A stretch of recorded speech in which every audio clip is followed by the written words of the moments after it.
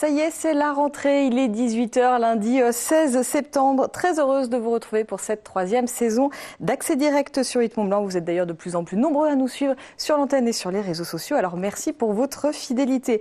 Pour cette nouvelle année, en votre compagnie, vous le voyez autour de moi, un plateau revisité, quelques nouveautés.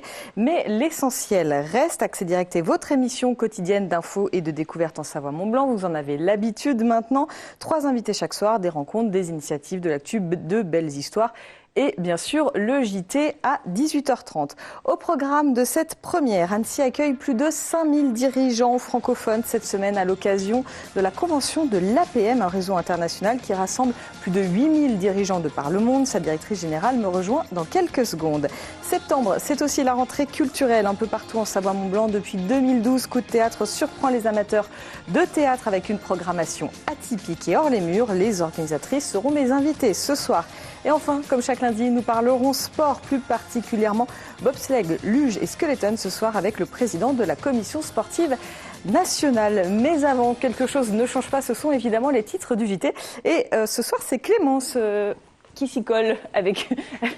pour la rentrée. Voilà, pour la rentrée. Clémence, qu'est-ce que tu penses de ce nouveau plateau? Il a été concocté tout l'été par l'équipe. Bah écoute, on est toujours aussi bien assis dans ce canapé, c'est joli. On est peut-être un peu plus proche. On est un peu plus proche, hein, voilà, c'est bien. C'est ce qu'il fallait. Et donc le JT aussi, on le verra, on va changer un petit peu de configuration.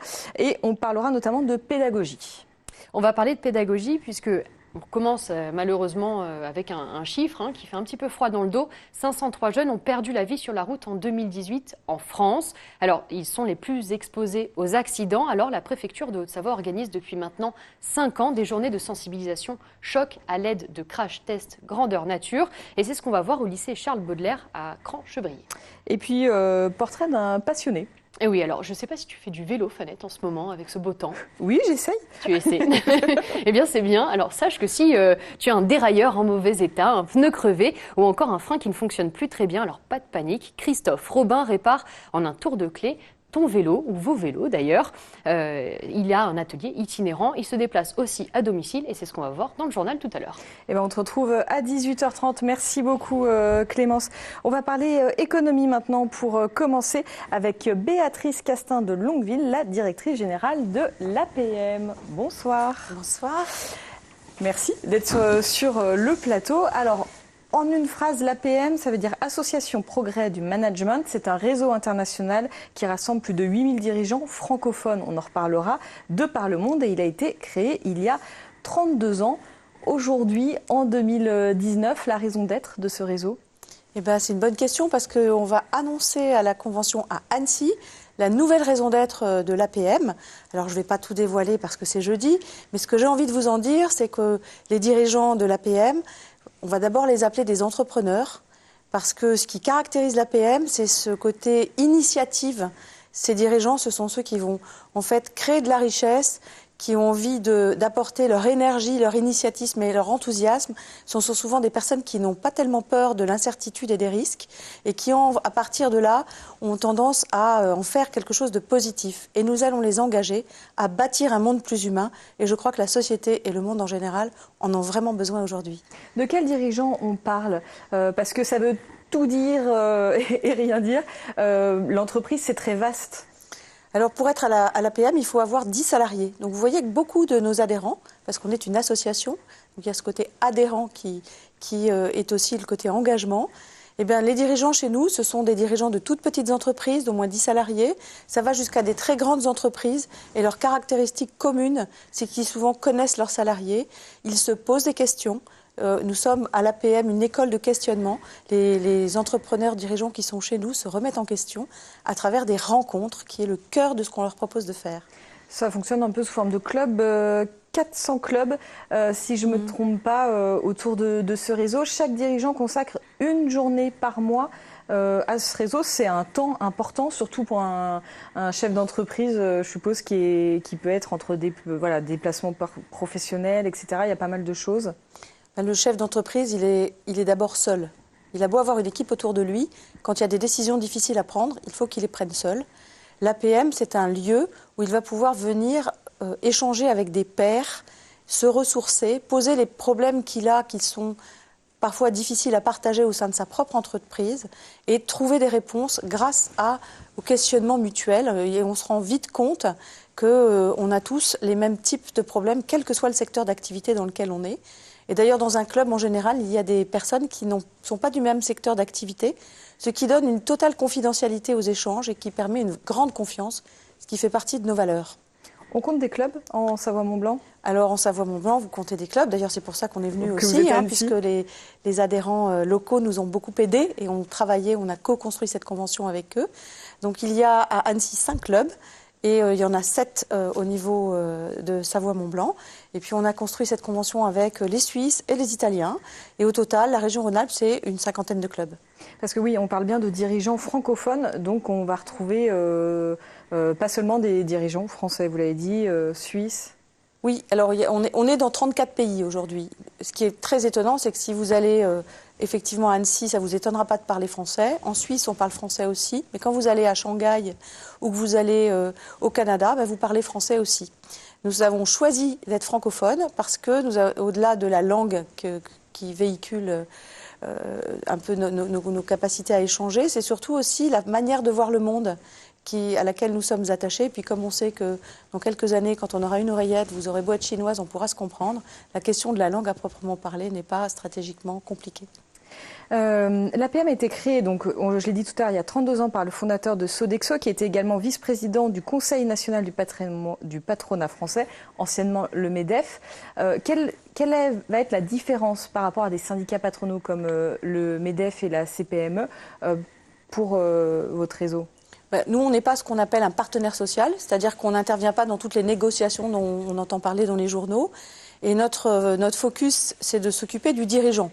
Autrement dit, ces organisations s'occupent des entreprises et nous, on s'occupe des dirigeants parce que notre conviction, c'est que le dirigeant, il a besoin de se transformer, de se questionner pour pouvoir mieux diriger son entreprise. Et c'est ça à quoi nous servons.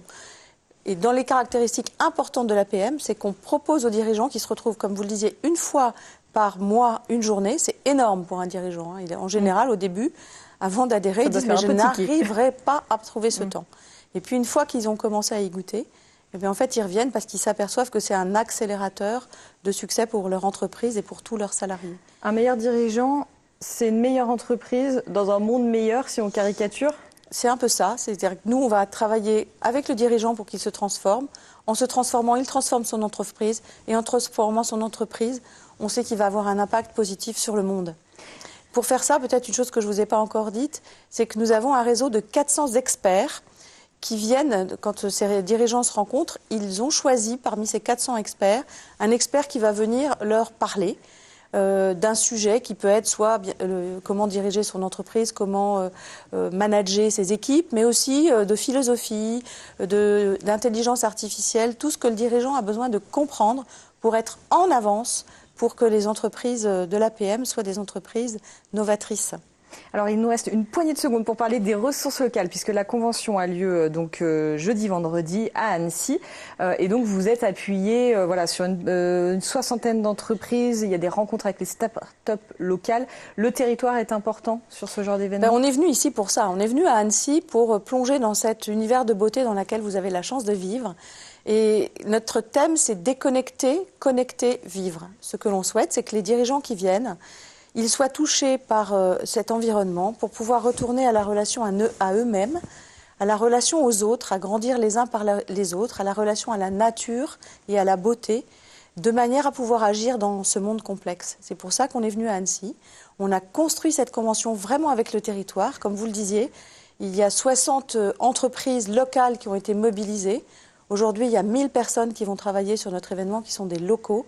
Et on a eu à cœur de travailler pour avoir un impact aussi bien économique, positif, qu'avoir un impact de nuisance, j'ai envie de dire, le plus faible possible. Alors c'est difficile quand on fait venir 5000 personnes. Mais par exemple, on a 0 bouteille en plastique et croyez-moi, sur un événement de cette taille, c'était un sacré pari. Eh ben, bonne convention. Alors, donc, ça a lieu du côté d'Annecy, notamment vers le stade des Coteaux, jeudi et vendredi. Merci beaucoup d'être venu sur notre plateau. Merci. Et on va rester à Annecy puisque cette semaine, pour parler culture cette fois-ci, cette semaine se déroule un festival de théâtre désormais bien installé, Coup de théâtre, et les programmatrices m'ont rejoint. Bonjour, bonsoir. Bonsoir. Alors la 8e édition a déjà débuté, elle se poursuit jusqu'au 22 septembre prochain, 9 jours de théâtre professionnel dans plus de 10 lieux insolites et en plein air, plus de 60 artistes, ça c'est pour les chiffres. Pour l'esprit, Coup de théâtre, c'est quoi? L'esprit, c'est l'esprit des agitateurs de rêve. Donc c'est un esprit généreux, convivial, joyeux, festif. C'est attirer toutes les personnes qui ne vont pas forcément au théâtre et leur dire venez vivre un moment intense avec nous dans des lieux absolument incroyables et avec des artistes professionnels qui vont vous faire rêver. Ce principe d'être un petit peu partout dans la ville, ça intéresse les artistes? Oui, parce qu'ils ont l'habitude de jouer en principe dans des théâtres, et là on les emmène dans des lieux insolites. Donc du coup ça change le rapport avec le spectateur. Il n'y a pas ce qu'on appelle dans le milieu le 4e mur. On n'est pas dans un rapport frontal, on est dans d'autres écrins qui transforment la relation entre les artistes et les spectateurs. On est dans un rapport beaucoup plus direct, et du coup les émotions nous parviennent sans filtre. Et c'est très agréable. Vous avez essayé de renforcer justement ce lien de proximité cette année. De quelle façon ? Renforcer, c'est depuis le début. C'est vrai que les comédiens dorment chez l'habitant, donc ça c'est un premier lien. On est allé en chercher à la gare tout à l'heure. Chaque artiste a son hébergeur au Savoyard. Et puis ensuite, c'est vrai que on a essayé cette année de programmer des spectacles en déambulation, comme les 3 Mousquetaires qu'on va programmer dans 3 quartiers, 3 lieux de l'agglomération. Et là, on va jouer vraiment avec les habitants. On est en train de négocier toute la semaine, on fait du sur-mesure avec la compagnie. On prend les tables, les chaises des habitants. On va avoir des comédiens qui vont sortir à la fenêtre dans le quartier de la Jonchère à Sénaux, ou dans le village de Verrier, ou autour de Bonlieu. Enfin voilà, c'est une manière de rendre le théâtre encore plus proche, c'est de jouer avec le décor naturel qu'est notre ville. Comment elle se construit, cette programmation? Donc là, c'est quelque chose de très spécifique. Vous allez faire du sur-mesure un petit peu au dernier moment, mais la programmation en amont, vous regardez les lieux et vous essayez de trouver des spectacles qui correspondent, ou l'inverse? Ça se fait complètement, ça se fait en parallèle. On va faire un travail de repérage et on va se dire tiens, ce lieu a un caractère un peu exceptionnel, ou ce lieu privé, ça va être un prétexte, l'objet culturel va être un prétexte pour l'ouvrir. Donc on fait un repérage de lieux et en même temps, on va voir énormément de spectacles et notamment beaucoup sur le Festival d'Avignon. Pourquoi le Festival d'Avignon? Parce que c'est le plus gros festival de France qui est très foisonnant, avec tout le travail de petites compagnies, et il y a beaucoup de pépites à découvrir. Et du coup, et quand on va voir des spectacles, on se dit mais oui, ça c'est... Je me permets, Anne, de donner un petit exemple. Par exemple, là, on programme l'Appel de la forêt. Quand on l'a vu, on s'est dit programmons-le au Semnoz. Enfin, c'est une évidence en fait, et d'un coup, ça fait résonner autrement, et les gens n'ont pas l'habitude en montagne de forcément tomber sur une pièce de théâtre. On dépaysage, en fait, on apporte du dépaysement, aux spectateurs. Alors à la fois... De deux façons. De deux façons, parce qu'en effet, ils vont entrer dans une fiction, dans une histoire, dans une pièce de théâtre, et en même temps, ils vont changer leur regard sur leur environnement quotidien. Alors vous défendez le prix libre des places, donc ça va de 0 à 20 euros. 20 euros, c'est ce qui couvre l'intégralité des frais de spectacle. Le tarif conseillé, il est à 10 euros. Comment ça fonctionne très concrètement? Est-ce que ça fonctionne en fait? Parce que là, vous êtes sur la 8e édition. Comment ça se passe? Alors ça, on le répète tous les soirs avec Anne, c'est une participation essentielle, un des piliers du partenariat, puisqu'on a beaucoup d'entreprises au Savoyard qui nous soutiennent, des subventionneurs, c'est le public. Et on ne peut pas boucler le budget sans eux. Donc c'est une participation libre et en conscience. On a des bénévoles à la fin du spectacle qui proposent des petites boîtes où les gens peuvent mettre une pièce. Et là, nous, on a quelques chiffres, bien évidemment, mais ça permet à des parents d'emmener toute la famille sans... ça va vite quand même d'emmener toute la famille au théâtre, de se garer, de se nourrir. Et là, voilà. L'argent n'est pas un frein. Et en même temps, on sait très bien que quand ils sont sur la corde de l'émotion, quand ils viennent de prendre du plaisir, ils vont donner à la sortie. Et l'idée, c'est, en fait, ça ne pourrait pas se faire si on ne fait pas un accompagnement pédagogique. Et c'est vrai que systématiquement, Maud et moi, on est là pour accueillir le public à chaque début de représentation. Et on explique, on dit, ben voilà, ce spectacle a eu lieu grâce aux participations de nos mécènes, de nos financeurs publics aussi, mais grâce à vous aussi. Et du coup, c'est très intéressant parce que du coup, le spectateur devient actif, il se pose une vraie question. La vraie question, pas forcément si le prix est fixé. Exactement, de combien ça vaut pour moi, c'est surtout ça. Et puis, quelle est la place finalement, parce qu'au bout de tout ça, c'est quelle est la place de la culture dans ma vie. Finalement, dans mon budget. Et c'est très intéressant parce que là aussi, tout circule. Voilà, il n'est pas simple consommateur, mais il participe activement et notamment dans, évidemment, sa réflexion. Alors, on retrouve toute la programmation donc, qui se poursuit, je le répète, jusqu'au 22 septembre prochain sur le site coupdethéâtre.org. On trouve aussi évidemment les infos sur le site des agitateurs de rêve. Il n'y a pas de réservation, donc forcément, il y a des places encore partout, mais il faut y aller tôt. Tout est organisé, on a une guinguette sur place, on a un concert qui commence avant la représentation et les personnes peuvent arriver aussi avec leur pique-nique. Voilà, tout est organisé pour accueillir les gens le plus tôt possible parce que là c'est vrai qu'il fait super beau, on ne sait jamais, on est victime et puis tant mieux. Enfin, et puis on dit toujours en accès libre, mais non pas place illimitée. À un moment donné, on engage notre responsabilité, ne serait-ce que pour la sécurité du site. Donc du coup, voilà. Mais les gens sont bienveillants et de plus en plus s'organisent pour arriver tôt. Et puis par exemple, enfin là cette semaine, je pense que ça va être assez fluide. Et puis il y a tellement de sourires sur les visages, tellement de bonheur. Enfin c'est tellement une expérience à vivre, à traverser. Je crois qu'on voilà, on n'a jamais de mécontents. Eh ben, c'est tout le mal que je vous souhaite. Vous restez avec nous puisque vous allez inaugurer une nouvelle formule de la revue de presse cette année. Donc c'est un rendez-vous quotidien. Si vous nous suivez régulièrement, vous le savez, dans Accès Direct. Et cette année, les invités aussi vont nous partager ce qui les a interpellés dans l'actualité.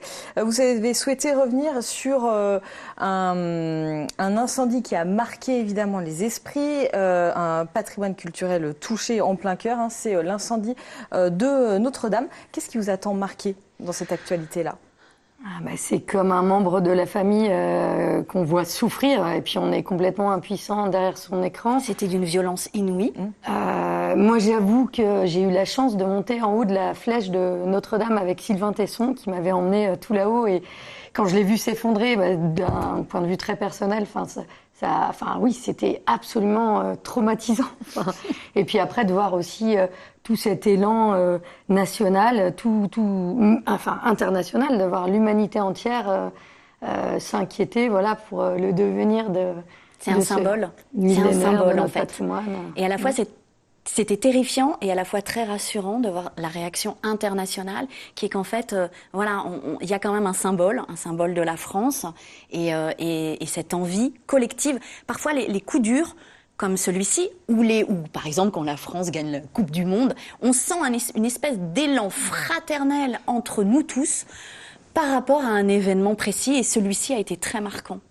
Alors, et d'ailleurs, pour revivre cet événement minute par minute, si justement le sujet vous intéresse, sachez que National Geographic a diffusé, alors la première diffusion c'était hier, mais il est rediffusé notamment samedi 21 à 17h ou encore dimanche 22 à 23h20, donc sur National Geographic, un documentaire qui s'appelle Notre-Dame à l'épreuve du feu.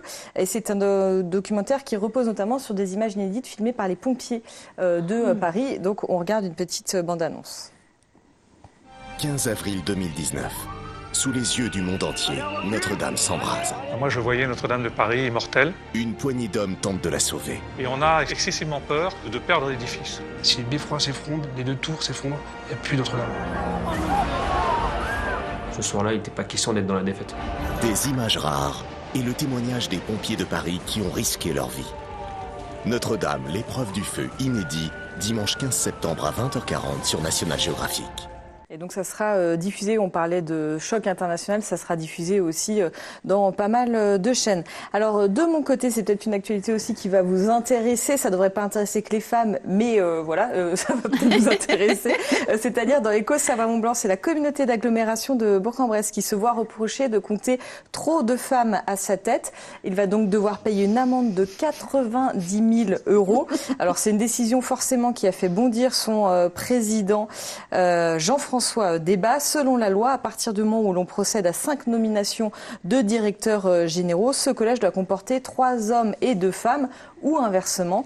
Or, à cette communauté d'agglomération-là, on dénombre 4 femmes sur ces postes pour un homme. La ville de Lille a également été concernée par ce genre d'amende parce que plus de femmes que d'hommes. À l'inverse, 16 collectivités ont été sanctionnées parce qu'il y avait trop d'hommes. Donc voilà, il y a eu un recours de déposé. Ils attendent toujours la réponse. Et donc des fois, les lois sur la parité... Dans la culture, on souffre de l'inverse. Voilà. C'est plutôt les hommes qui dirigent les structures. C'est ça, paraît-il. Vous prouvez le contraire. Oui, on essaye de notre mieux. Petit à petit. Et puis un petit clin d'œil sur Facebook de nos confrères de RCF. Alors pas d'inquiétude aujourd'hui si vous avez vu passer régulièrement des hélicoptères à Annecy. En fait, il s'agissait du tournage de l'émission La carte au trésor qui sera diffusée sur France 3 dans quelques semaines. Voilà. Merci beaucoup à toutes les deux. Merci bien. Et puis donc jusqu'au 22 septembre, coup de théâtre. Voilà, merci. On va parler sport maintenant. Comme chaque lundi, je reçois Alexandre Vanout. J'espère ne pas écorcher le nom de famille. Bonsoir. Bonsoir. Merci d'être sur le plateau d'Accès Direct. Alors, vous êtes le président de la Commission sportive nationale de bobsleigh, luge et skeleton. Et ce week-end aura lieu à M la Coupe de France de poussée. A eu lieu. A eu lieu. Oui, voilà. Donc, a eu lieu ce week-end. Alors, déjà, qu'on sache de quoi on parle, quand on parle de poussée, c'est finalement une partie de l'ensemble de la discipline. Oui, alors bon, déjà, il y a le bobsleigh, luge et skeleton, donc c'est vraiment 3 disciplines qui se pratiquent sur la glace. Donc, c'est vrai que ça peut surprendre qu'on se retrouve au mois de septembre à faire de la poussée. Il y a plusieurs des facteurs. Il faut savoir qu'en bob, luge et skeleton, sur ces 3 disciplines, il y a donc la poussée en performance, le matériel qui compte également, et puis après le pilotage. Donc si vous prenez par exemple le bobsleigh, évidemment, il y a le bob à 2 et le bob à 4, il y a également le monobob désormais. Donc en gros, on peut estimer le facteur poussé à 1/3 du résultat. On estime ce qui n'est pas rien. Non, ce qui est important, parce qu'on estime, c'est une évaluation à 1/3 du résultat sur la poussée, 1/3 environ sur le matériel, et le dernier tiers sur le pilotage réellement. Donc après, ça dépend. Si on a les 3 tiers, en général, on s'en sort bien. Si on manque un, maintenant, on a vraiment du mal à rivaliser avec les grosses nations. Après, sur le skeleton, on va dire que le pilotage est un peu plus important que la poussée, mais il n'empêche, il y a quand même l'argument poussé. Et sur la luge, un petit point important. Alors, on est vraiment sur la luge, sur vraiment plus du pilotage, du matériel également. La poussée est un petit peu moins importante et elle est déjà plus courte aussi. Mais c'est vraiment, de toute façon, sur ces 3 disciplines, c'est un facteur quand même très important pour le résultat. Et alors, comment ça s'est passé ? Vos équipes ont fait des bons résultats, c'est-à-dire qu'ils sont en forme. Alors, en fait, sur cette Coupe de France, on organise une Coupe de France, c'est ouverte, c'est-à-dire qu'on avait même quelques personnes qui étaient débutants, des jeunes, des enfants aussi, pour permettre la promotion de nos disciplines, d'une part. Et on avait en même temps l'équipe de France qui était là, avec notamment Romain Rich et Doran Hauterville, qui étaient médaillés au championnat d'Europe en 2019. Donc vraiment des pointures. Et ça permet aussi ces sportifs-là de très haut niveau peuvent faire une compétition avec des jeunes débutants. Donc c'est vrai que ça fait une émulation. Alors sur les performances, on a eu des belles performances sur les 3 disciplines d'ailleurs, autant sur le bob, sur la luge et sur le skeleton. Alors en luge skeleton, on a plus des jeunes, et c'est vrai que sur le bob masculin, et on a aussi du bob féminin, il faut le dire, on a eu des très très bons résultats avec des records qui sont tombés. Donc vraiment très, très intéressant pour la suite de la saison, puisqu'on rappelle quand même que c'est une discipline de glace. La dynamique, elle est comment vous parlez des jeunes justement. Est-ce que vous avez des difficultés pour recruter au niveau professionnel, enfin en tout cas au niveau, je vais y arriver, pas professionnel, mais voilà. Oui, au niveau des équipes, voilà. Oui. Bah oui, on a quand même toujours des difficultés à motiver, à chercher les jeunes, parce que c'est quand même des sports qui se pratiquent l'hiver sur une période courte. Mais c'est la glace, comme on dit. En termes d'équipement, c'est aussi contraignant ? Alors en équipement, bon après ça dépend, c'est toujours pareil, ça dépend si on veut rivaliser avec les meilleurs. Pour un ordre d'idée, mais bon après on va pas rentrer dans le détail, parce que là on est si on parle de développement, on n'en est pas là. Mais un ordre d'idée sur un bob à 4 performant, les meilleurs du monde, c'est plus de 100 000 €. Donc c'est une belle voiture, vous voyez. Donc là actuellement, les bobs qu'on a, c'est des bobs qui valent 40 à 50 000 €. Mais je parle bien de l'équipe de France. Après, vous pouvez très bien avec 1 500 € acheter un bob, mais évidemment vous ne rivaliserez pas avec les meilleurs. Mais sur l'axe de développement, ça peut permettre déjà sur ces disciplines. Après, on a des clubs qui sont là pour faire le job, pour aider aussi surtout l'émulation. Donc voilà un petit peu le tableau du bob, luge et skeleton, je rappelle. Hein, c'est vraiment 3 disciplines. Alors la saison dernière a été plutôt encourageante. Dans 2 ans, il y a une grosse échéance, les Jeux d'hiver à Pékin. Comment ça s'annonce ? En fait, c'est même pas depuis. C'est-à-dire que depuis 4 ans, on va dire, depuis 2014, il y avait déjà eu un bon résultat aux Jeux Olympiques. Derrière, s'enchaîner. Donc en 2016, on a eu Agathe Bessard, on parlait de skeleton, qui est une jeune qui a fait une médaille de bronze aux Jeux de la jeunesse. Donc ça, c'était la première fois qu'on avait une médaille vraiment skeleton sur des jeunes. Donc les skeletons, pour ceux qui ne savent pas, c'est ceux qui se lancent la tête en avant dans une piste en glace, donc faut y aller. Hein, et c'est une féminine, donc je rappelle aussi ceux qui veulent essayer, il ne faut pas hésiter à contacter la fédération. Donc il y a eu ce premier résultat vraiment positif. Et en 2018, aux derniers Jeux Olympiques, on a eu quand même une 11e place pour le bob à 4, une 13e pour le bob à 2. Et puis, je l'ai dit, en 2019, en début d'année, on a eu la médaille de bronze historique en bob à 2 pour Otterville et Heinrich. Enfin, dans l'ordre Heinrich et Otterville. Et là, on a en 2020 encore une échéance avec les jeunes, les Jeux de la jeunesse, où là, on va être peut-être plus sur le bob, où on a 3 jeunes qui peuvent prétendre à aussi une médaille sur les Jeux de la jeunesse. Et évidemment, 2022, où concrètement, on vise une médaille. Je vais vous demander, vous avez déjà fixé des objectifs ? Alors clairement, de toute façon, avec ce qui s'est passé en équipe de France par le passé, notamment parce qu'il y a une médaille à Nagano en 98, donc c'est quelque chose qu'on a déjà fait, nous.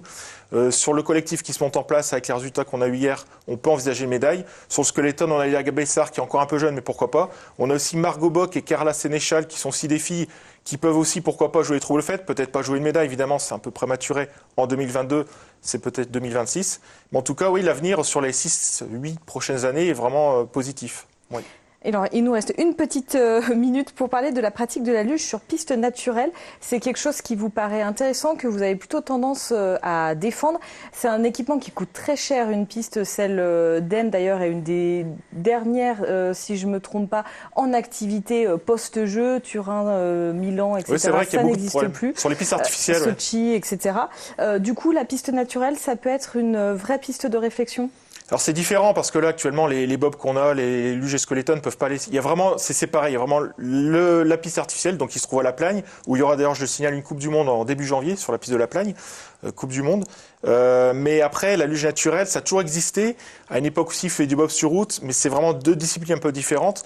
Mais effectivement, moi j'ai tendance à y aller vraiment à fond parce qu'elle soutient la Fédération internationale de la luge qui veut que la France y aille et parce que je pense que c'est tendance parce que c'est vrai que une bob, moi je suis un bobeur, mais c'est vrai que la piste de bob artificielle, c'est moins tendance, effectivement, au niveau du climat, on parle beaucoup de climat. C'est vrai que c'est plus dur. On voit qu'il y a beaucoup de fermetures de pistes. La plaine, elle tombe très bien, donc ça, c'est positif. Mais effectivement, je me dis qu'il faut quand même aller sur ces disciplines un peu nouvelles pour nous, parce que c'est important à tous les niveaux. Et d'ailleurs, la Plagne a proposé sa piste aux Jeux à Milan pour les Jeux de 2026. C'est ça. Donc il y a Milan-Turin qui ont gagné les Jeux Olympiques en 2026. Ils l'ont proposé, après je sais pas, parce que Turin a quand même la piste qui date de 2006, donc qui n'est pas ancienne. A priori, il n'y a pas grand-chose à faire pour la relancer. Mais effectivement, la Plaine a saisi la balle au bon. On dit, écoutez, si vous avez besoin, nous, on est là. Et c'est une bonne opportunité. Ça pourrait être intéressant pour vous. Nous, ce serait phénoménal. Ce serait une bêtise pour l'Italien, mais pour nous, on ne demande que ça, évidemment. Et c'est pour ça que la Plaine s'est tout de suite proposée. Qui sait, pourquoi pas ? Bon, on verra. Vous reviendrez sur le plateau nous en parler. Ah oui, volontiers, oui.